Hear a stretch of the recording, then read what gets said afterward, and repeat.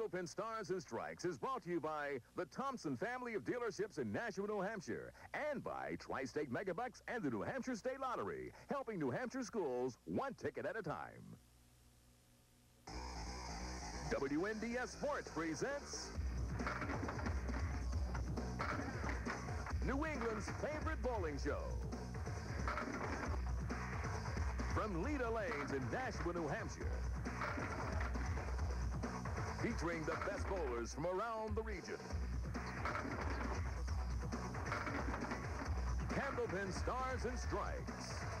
And now your hosts, Dick Lutz and Mike Morin. Hello again, everybody, and welcome into another edition of Candlepin Stars and Strikes on WNDS TV from Leda Lanes in Nashua, New Hampshire. Dick Lutz with Mike Morin. It is week 2 of our third ladder series of the season, and last week we had to work a little overtime. It was a very close game between David Dupuis and Joe Stella. They tied. We did 2 extra boxes. David Dupuis is the winner. Today, we bring back a favorite. Haven't seen him since the Tournament of Champions in 1998. Rich Hawk Halas is here. It was 342 for the triple for Joe Stella and David Dupuis last week, and then Dupuis with 37 pins in the 2 extra boxes to 29 for Joe Stella to advance. Let's meet our bowlers for this afternoon's second match of the series. Last week's winner, our number 5 seed from Leicester, Massachusetts. Let's welcome again David Dupuis. Coming in with an average of 129, high single of 203. David's high triple 495, 495, yes, that's right, and his bowling is done at Colonial Lanes in Worcester. And a 675 in the roll-off to earn the number 5 seed in this ladder series. And he'll be taking on our number 3 seed from Revere, Massachusetts. Say hi to Rich Hawk Halas. And almost 6 years for Hawk. Average 122, a high single 202, triple 486. Bowls in East Boston at Central Park Lanes. And Hawk had a 687 in the roll-off to earn the number 3 seed. It's David Dupuis and Hawk Halas, and we're coming back for this afternoon's match right after this on WNDS TV's Candlepin Stars and Strikes.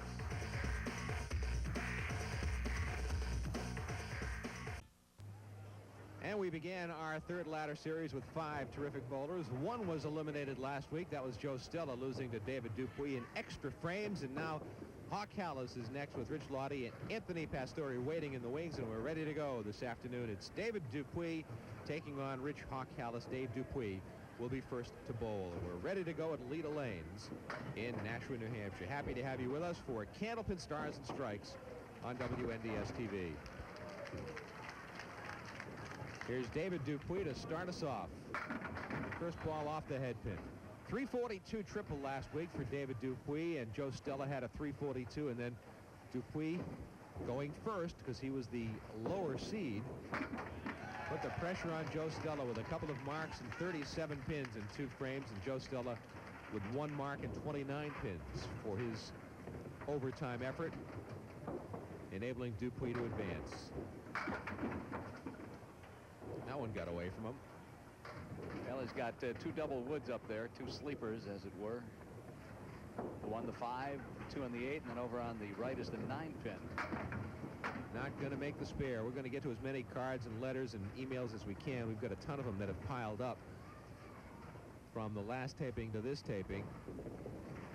And that's a 10 box for David Dupuis. We really do appreciate hearing from you and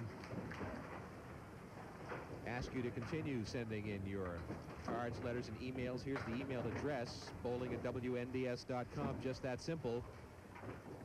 And we'd love to hear from you. Let us know where you are, the far reaches of our signal strength and cable penetration. We'd like to know how far and wide our viewing audience is situated. Hawk Halas, first ball, right on the head pin, and 2 on each side. 4-7 on the left, 6-10 on the right. Wood in front of the 4 and the 7. Not going to make it. Where does the nickname Hawk come from, you might ask? I have no idea. I'm hoping that you've done your homework on this. I have done significant research, and it's a 9 box for Hawk. It has nothing to do with any physical characteristics of Rich Halas. Right. His dad was a hockey fan. A hockey fan? He used to go to hockey games all the time, everywhere, anywhere.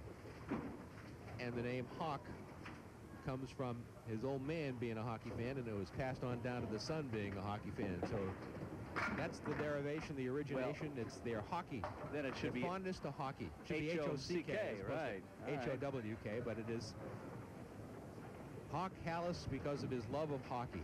His Never dad's would've- love of hockey. Never would have guessed that. Took me weeks and months of Yeah. You go on the internet to get serious that information. research. Check Google. Yeah. Here's a nice shot by Hawk. And his first mark.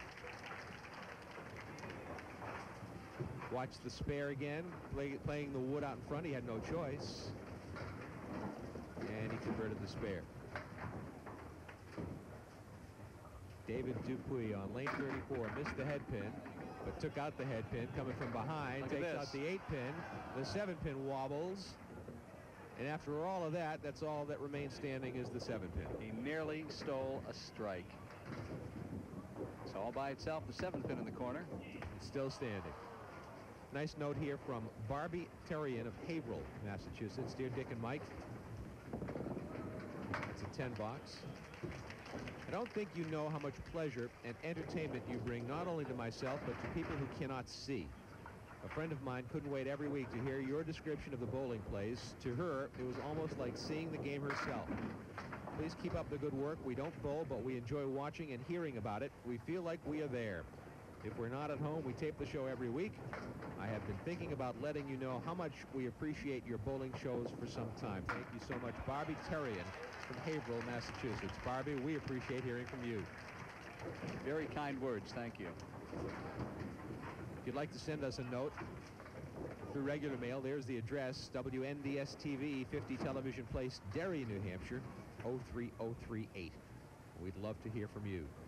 Thank you for all the newspaper clippings and personal accounts of bowling in the old days that you are sharing with us that we can pass along to the many viewers who maybe don't have as much experience as some of our older bowlers. There was a nice feature in the calendar section of the Boston Globe a few weeks ago. Many people sent us a copy of that. Hawk not able to convert right there. And an interesting story in a Cambridge paper, I believe it is, although there's no attribution here, about an 84-year-old man by the name of George Cannavolo, who's set up a bowling lane in his house in the hallway to keep active and to practice. He's got strings attached to the bowling pins, and he somehow has rigged up some kind of a pin setter, and it keeps him sharp and alert and in shape. Great story. I wonder if that's how Bowl Moore got started. Well, you never know. Hawk right through the middle with a spread eagle +1. There's a sleeper pin behind the 3 pin. It's the 9 pin. Got the 2, 4, 7 on the left, 3, 6, 9, and 10 on the right. He's got a pretty wicked spin on his ball, doesn't he? Going much like a 10-pin bowler would, from right to left for a right-handed bowler. And that's going to be a 5 box for Hawk. Don't want too many of those.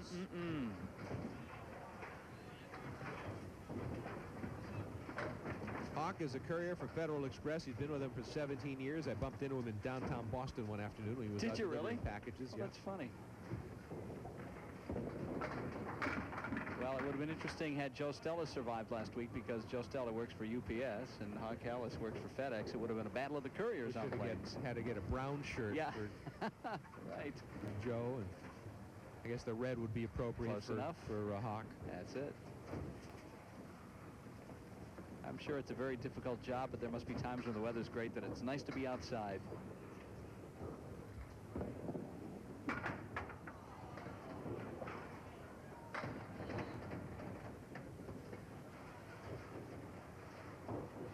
Missed the spare. And an 8 box or 9 box. Give him a 9 box. The ball came back and took out a pin.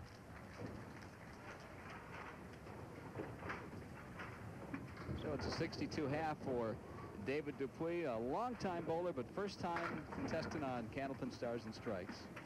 But he's been on TV. He's been on the old Channel 5 show 10 times. Been on cable successfully, winning a $15,000 first prize on a cable show. And that's a nice spare. His third of the match. David Dupuis, by the way, is a steel worker for Comtech in Worcester. And he and Jill have been married for 7 years, and he enjoys fishing when he's not bowling. Hawk Halas.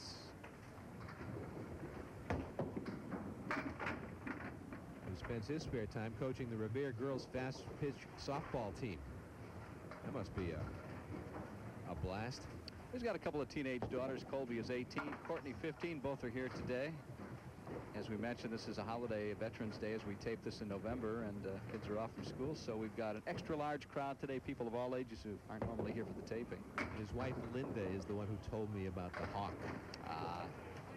She ought to know. That's a 7-box for Hawk, following a 5-box. That's 12 pins and 2 boxes for Hawk Halas. Not good. Down by 14 pins, and he's up against a 6-box spare from David Dupuis. That's right on the head pin, and look at this. The back row still stands. The 7, 8, 9, and 10. You just don't see that very often. All 4 pins in the back line are going. He's got a piece of wood that actually makes this a makeable shot. Got a shot at it right here. There it is. Oh, yes. Love to see that one again. 7, 8, 9, and 10, and it goes for a spare for Hawk Halas. That wood was set up nicely. What a great shot that was. Exactly as he had hoped to do it. He needed it, too, coming off a couple of real soft boxes. Now here's David Dupuis. Look at this. The pins are dancing for him. The 5 pin still in the middle of the deck still stands. Candlepin Stars and Strikes on WNDS TV, presented by the Thompson family of dealerships. As David Dupuis gets another mark, 2 marks in a row, looking for bonus money. McMulkin Chevrolet, Nashua Hyundai, Nashua Mitsubishi, and Nashua Cadillac. Just 5 in the spare. Tough shot here for bonus money. We didn't give away any bonus money last week. And still no bonus money to be given away. And we're sponsored by the New Hampshire Sweepstakes, Tri-State Megabucks, Powerball, and the games of the New Hampshire Lottery. Speaking of money, our runner-up today, $375. The winner will go on, advancing up the ladder to take on second seed Rich Lottie next week. And then 2 weeks from today, top seed Anthony Pastore awaits the comer, whoever he may be. And after that, tickets mixed doubles for 4 weeks. The men and women combined for a little different format for a month or so. Well, Hawk with a good break there, 8 in the spare. And a spare opportunity here, and he picked it. He picked the 2 right off the 4, left the 4 standing.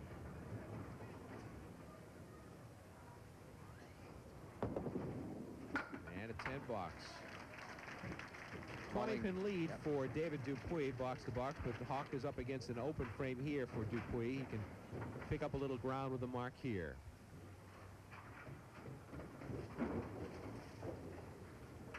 Hawk Halas was here back in the Tournament of Champions in 1998. He started out as a 7th seed. That particular year, our first year, that Dick and I took over the show, we had 7 ladders, so we had 7 bowlers represented. He finished 4th. He lost to Rob Burkeel after defeating Rich Clark, Joe Ashline, and Jay Leach. And the Joe Ashline match, of course, of special significance. Very memorable, I guess I should say, because Hawk Halas, Dick, as I recall, was down by 62 pins in the 2nd or 3rd box of the final game and came back to beat Joe Ashline by, I think, 1 pin. I think you're correct. Joe Ashline won the match. I don't remember the final difference, but I do remember he won the match. Joe Ashline had a chance to win it. He needed to make a spare in the last frame. He had just a single, just the 5 pin, and he missed it. And Hawk wins by a pin after a 62-pin deficit with 8 boxes to go. 20 pins separate these 2 bowlers. John Kelly of Lowell sent in an ad from the newspaper, Mike, and it's a house for sale in North Andover. Okay. And among the features of the house, it says, home is a must-see, spectacular 4-bedroom, 12-plus room, custom contemporary, boasting 6,400 square feet, including 21-square-foot lower-level recreation area, including a slate pool table, ping pong, and a full-length automated Candlepin bowling alley. Are you serious? Is this a recent real estate ad? Yep. Oh, isn't that wild? How'd you like to have? So we got the guy in Cambridge who bowls in his attic. Yeah. And then we got somebody in North Andover. That is wild. And, it's out of a publication, out of one of the real estate magazines. I don't know which one. But what is the asking price of that? $749,000. Would you like to buy it? That's a fixer-upper in North Andover, isn't it? Yeah, as is. As is special. Right. Well, thank you to Jack Kelly for sending that in. Imagine that. Dick, you could buy that and you could have a pretty good chance of beating me this year in February when we do our bowling match, our 5th annual grudge match at Pilgrim Lanes. I still have a pretty good chance of beating you. Well, I don't know about that. Hawk trailing by 20 going into the last couple of frames. Could use a mark. And he's got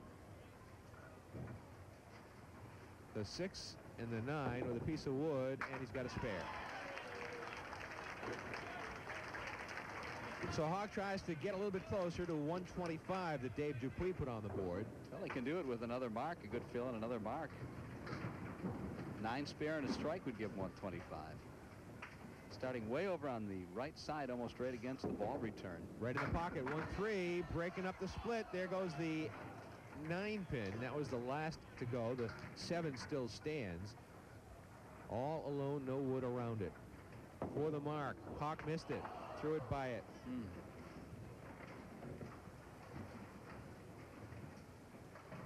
Yeah, that would have made things interesting. It's still a very tight match. A 115 for Hawk. 10 pins separate these two bowlers. After one string, we're coming back for string number 2 when we return to Leda Lanes in Nashua, New Hampshire for WNDS TV's Candlepin Stars and Strikes. Hawk Halas will be first to bowl. Trailing by 10 pins to David Dupuis after one string of our 3-string match on WNDS TV's Candlepin Stars and Strikes.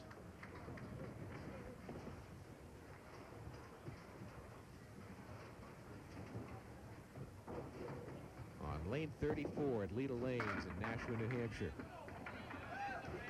where proprietor Ray Simino and manager Sean Howard do a great job getting our fans comfortable and at home. There's the spare the hard way. Hawk looks up to the sky to say thank you. He missed the object pin, the head pin, but got it on the rebound. So he starts the second string with a mark. Kevin LaFon's our director here today. Dean Zanello's on graphics. Alex Kalustov is handling audio.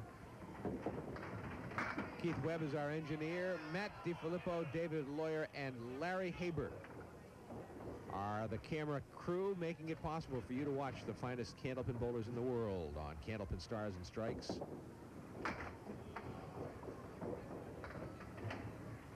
As we tape this, as I mentioned, in early November, many of the bowlers are in Canada for the what's called the Worlds. Big tournament for United States and Canada to meet head-to-head, almost as a World Series kind of event for the world of candlepin bowling. So we hope to have in about 2 or 3 weeks some scores, let you know how some of our bowlers did against the Canadians and other American bowlers up in Canada. I've been to that a couple of times, and it's intense, Dick. I mean, they bowl from almost sun up to sundown, 9 to 5, teams, singles, doubles. It's really a very fun time. It's also a test of endurance. Yeah, exactly.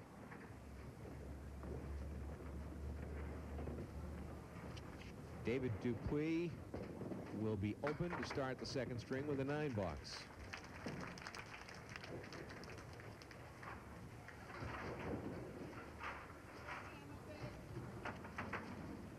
Thanks to Rosalind Alpert of Sharon for sending in a copy of a Boston Globe article on the Colonial Lanes in Worcester, which was featured a couple of weeks back, and several people have sent us in a copy of that article. Nick Anderson at the Colonial.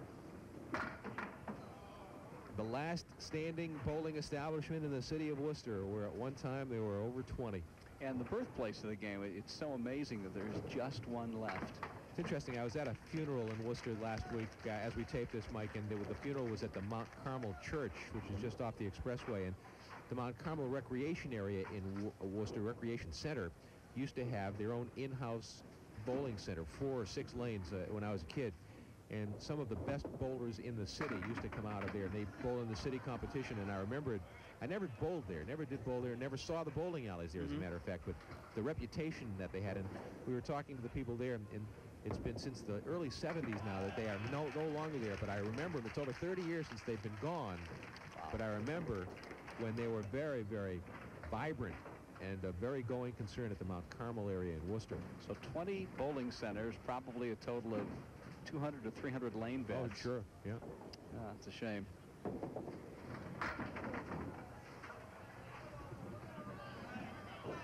Well, every couple of years, bowling makes this comeback, either through a television show. The TV show Ed is centered at a bowling center. You get a lot of stories in some of the papers because a young reporter discovers bowling is fun. Hawk had a spare opportunity. Tough shot, but he didn't convert it. Just put 5 in his third frame mark. And a 10 box. Very nice 10, covering the 247 with the ball. All 3 pins hitting the ball. 51 through 4. Giving David Dupuis a chance now. He's up against a spare and an open from Hawk Halas in the 3rd and 4th. Dupuis had a 10-pin lead coming into the string. We should be pretty close to even when we go to the break after David finishes his 2 boxes.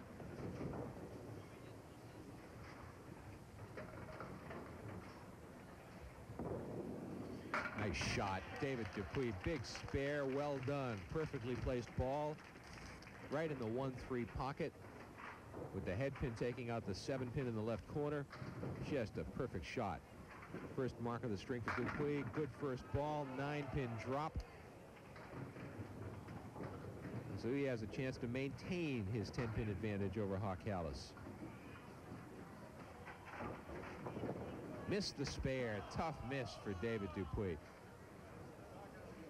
Well, he wanted to stay away from that pin in the gutter, so he did go a little bit too far, compensating to the right. And that's going to be a 9 box for David Dupuis. So Hawk has picked up 4 pins. It's a 6-pin lead for David Dupuis over Hawk Halas as we near the halfway point of the match. We are coming right back to Leda Lanes in Nashua, New Hampshire for more of Candlepin Stars and Strikes on WNDS TV right after this.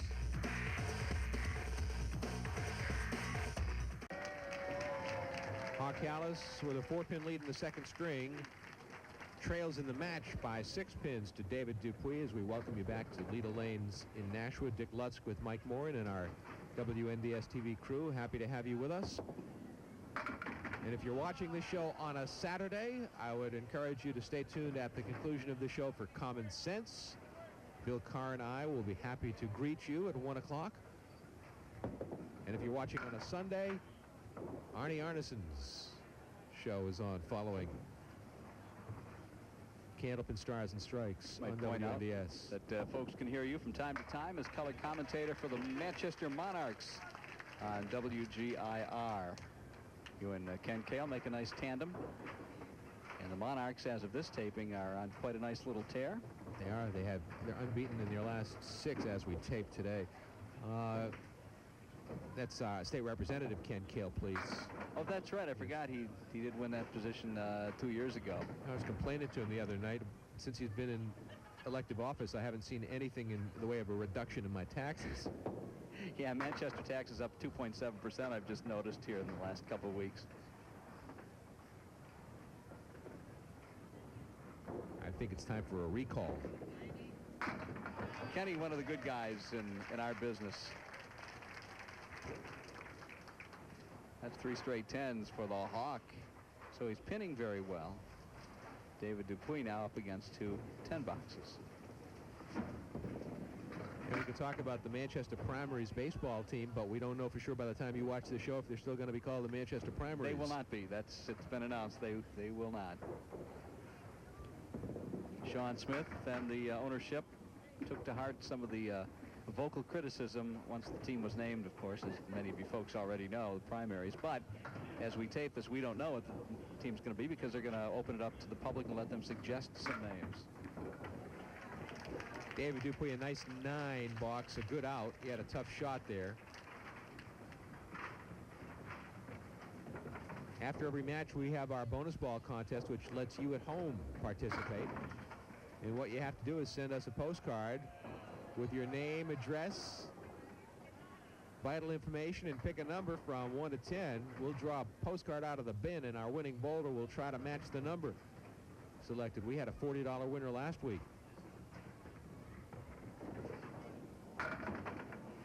David Dupuis will be open. Our $40 winner last week was, if I can dig it out of here, I've got it buried in my stack of papers here. We haven't sent the check out yet? She was from Gardner, and her name was Mrs. Mailman. I remember that. I'm trying to remember her first name. I've got it here somewhere. I promise I'll get it out here and let you know what it was. So we're back to a 6-pin game lead for Halas and a 4-pin match lead for David Dupuis, as it was when we came back from the commercial break. Helen Mailman of Gardner, Massachusetts, won $40 last week in the bonus ball contest. She wrote down 8, and that's exactly what our bowler David Dupuis did. We have the bowlers now know what they need. We're kind of changing it this year. We used to pull it after the bowler shot his one shot, but now we pick the number and then say, okay, this is what you need to do. Nice shot by Hawk. And another 10. It's 4 10s in a row and a spare. He's only left 1 pin standing in the string so far. Last week we were mentioning about the Bob Gamir show. Candlepins for Cash. I have an email here from Tom. I appeared on Candlepins for Cash in July '76. The show was not done live, but a week's worth of shows was taped on a Saturday. During the warm-up, I got a strike, but on the show, I got a spare, thereby winning a bathroom scale and the magnificent sum of $15. You have a great show, he says. Tom Oliver from Holden, Mass. 27 years ago, won himself a bathroom scale. I wonder if he's still using it. I ought to get Gamir up here for one of our tapings. That would be great. I'd love to. I've not met him. Good guy. My 19 years in media in this area. Graduate of Holy Cross, former broadcaster for the New York Yankees, and former sports anchor in Boston. He's done just about everything. He's still running the Great Gamir, which is a professional and college football touting service. I think he is. If you'd like to join us for our next taping as you watch this show December 9th, we'll be here at 10 o'clock in the morning. Nice shot by David Dupuis. We'll be here at 10 o'clock in the morning on the 9th. We'll be taping our mixed doubles competition, which comes in the middle of the season. We'll do 4 weeks of mixed doubles before we get back to the ladder series. So we'd like to have you join us. David Dupuis, a good pocket shot, leaving just the 8-pin standing.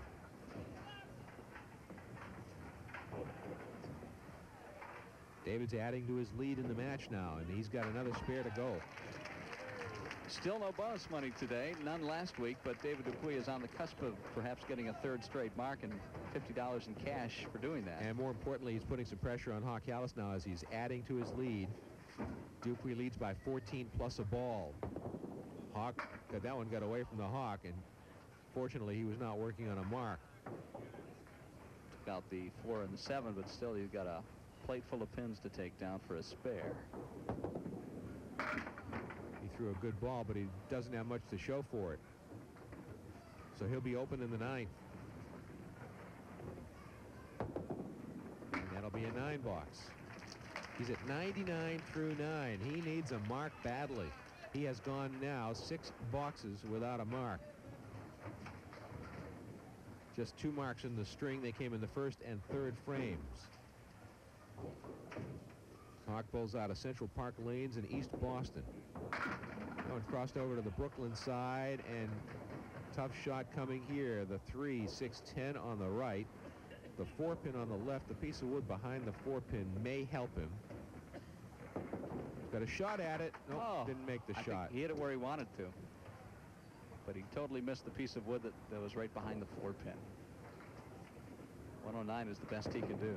And that's what it is, a 109 second string for Hawk Halas and a 2-string total of 224. David Dupuis is already at 219 plus a ball. He could really put Hawk in a hole right here. Good first ball, 7 in the spare. Will we give away bonus money for the first time in this ladder series? The answer is yes. $50 in bonus money. And the crowd knows it too. 3 in a row. Dupuis with 3 marks in a row, $50 in bonus money, and adding to his lead.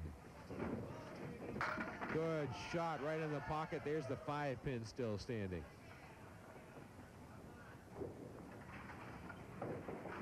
Another $25 for David Dupuis with this shot right here. He's got it.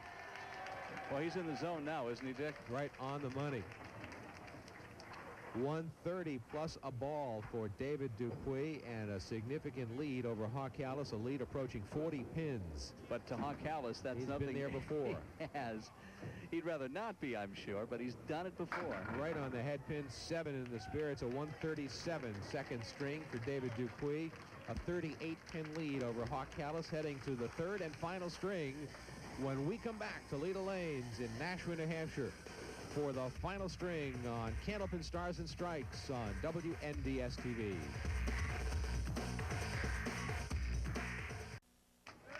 Here's David Dupuis stepping up to lane 34 at Leda Lanes in Nashua for the beginning of the third string, and he takes with him a 38-pin lead over Rich Hawk Halas. A 137 second string for Dupuis, finishing with 4 marks in a row, and he's right on the head pin to start out the third string, but leaves himself a split. The 4-7 on the left, the 10 pin on the right. Tough shot here with no wood to help out. Takes the 2 on the left, leaving the 10 pin. Hawk with some work to do. We were reminiscing about that match with Joe Ashline at Hawk Halas back several years ago, where Ashline had a big 60-pin lead a couple of boxes into the third string, and Halas came storming back to win the match. So it's, as Yogi says, it ain't over till it's over. And you know, we haven't seen either bowler since. Joe, I don't believe, is as active as he once was, and certainly one of the great fireballers of this game. And Rich Halas hasn't made it back until today. David Dupuis sends pins flying everywhere, but leaves the 7 and the 8 pin still standing. So he'll be open through the first 2 frames of the third string, leaving an opportunity for Hawk. So Hawk now, trailing by 38 coming in, has an opportunity to chip away. Married to Linda for 21 years, Colby and Courtney. His daughters are here today. Bowling for 43 of his 51 years. Good pocket shot for a Hawk, leaving the 8 pin. And a piece of wood is coming up to the right side to help him a little bit, I think. Gives him a little bit of room for error, and he makes the spare. Ed Scheibler from Pelham, New Hampshire writes, how about taking bowling to a new level? You know the speed guns at a baseball game?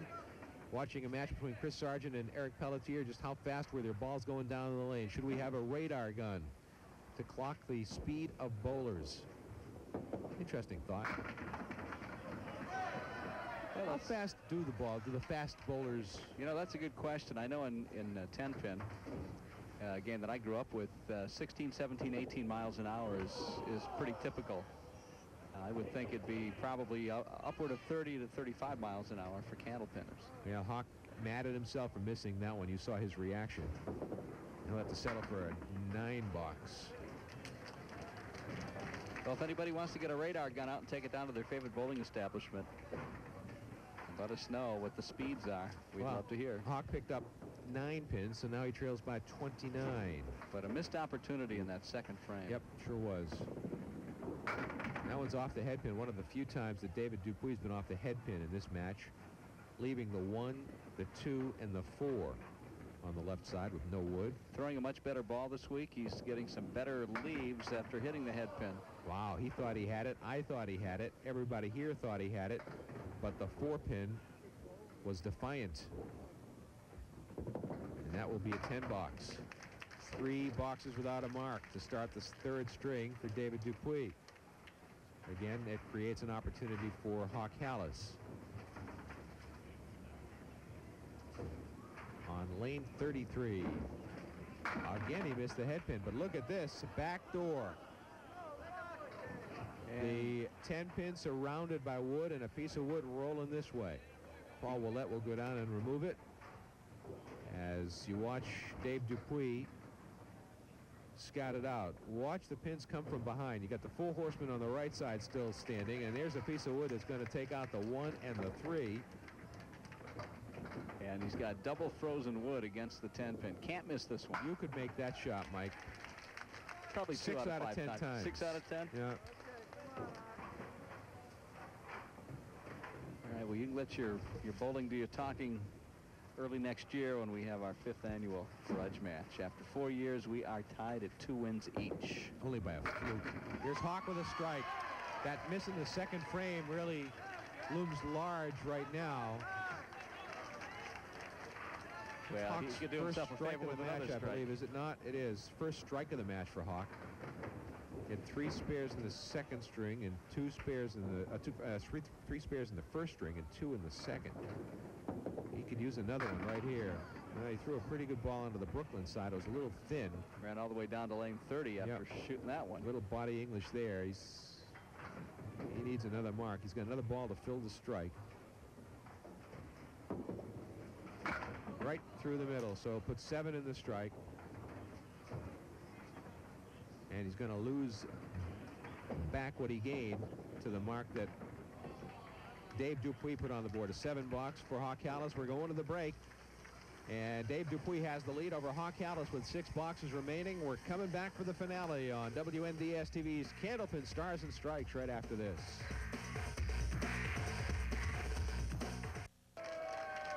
Dave Dupuis will work on a spare.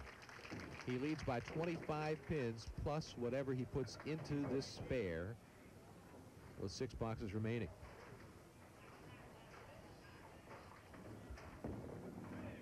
Missed the head pin, and it'll be a 5 as a couple of pins still wobble, but 5 in the spare. 4 horsemen on the left, 10 pin on the right, piece of wood to help out, and he picked the head pin right off the 4 horsemen.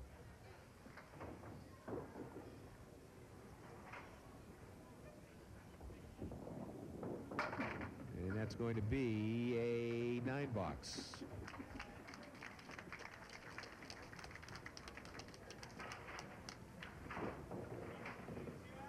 Anthony sends us an email. Michael, I have a question for you. A ball that deflects off a pin in the channel or gutter and knocks down pins, should those pins be counted in the pinfall, and do rules change? The reason why I ask these questions is because I've seen a rule that you do count, and I know someone has used that rule to his advantage. I don't quite understand the question, but if the ball hits a pin in the gutter, it doesn't count. That's right. That's anything that happens after the contact is made with the dead pin. Anything on the deck that goes down doesn't get counted. Nice mark for David Dupuis right there in the 6th frame. The rules do not change. They apply to everybody, and I believe that I've never seen any variation. I mean, sometimes it can be very close, and you can interpret it either way. And I think, Dick, once or twice we've actually stopped the match and looked at a tape just to make sure, because it was that close and it was that critical to the match. But the bowlers police themselves and will usually indicate if they think the ball hit the pin in the gutter, and will waive off any additional pins that they would have received. That's a big miss by Hawk right there in a makeable spare. Yeah.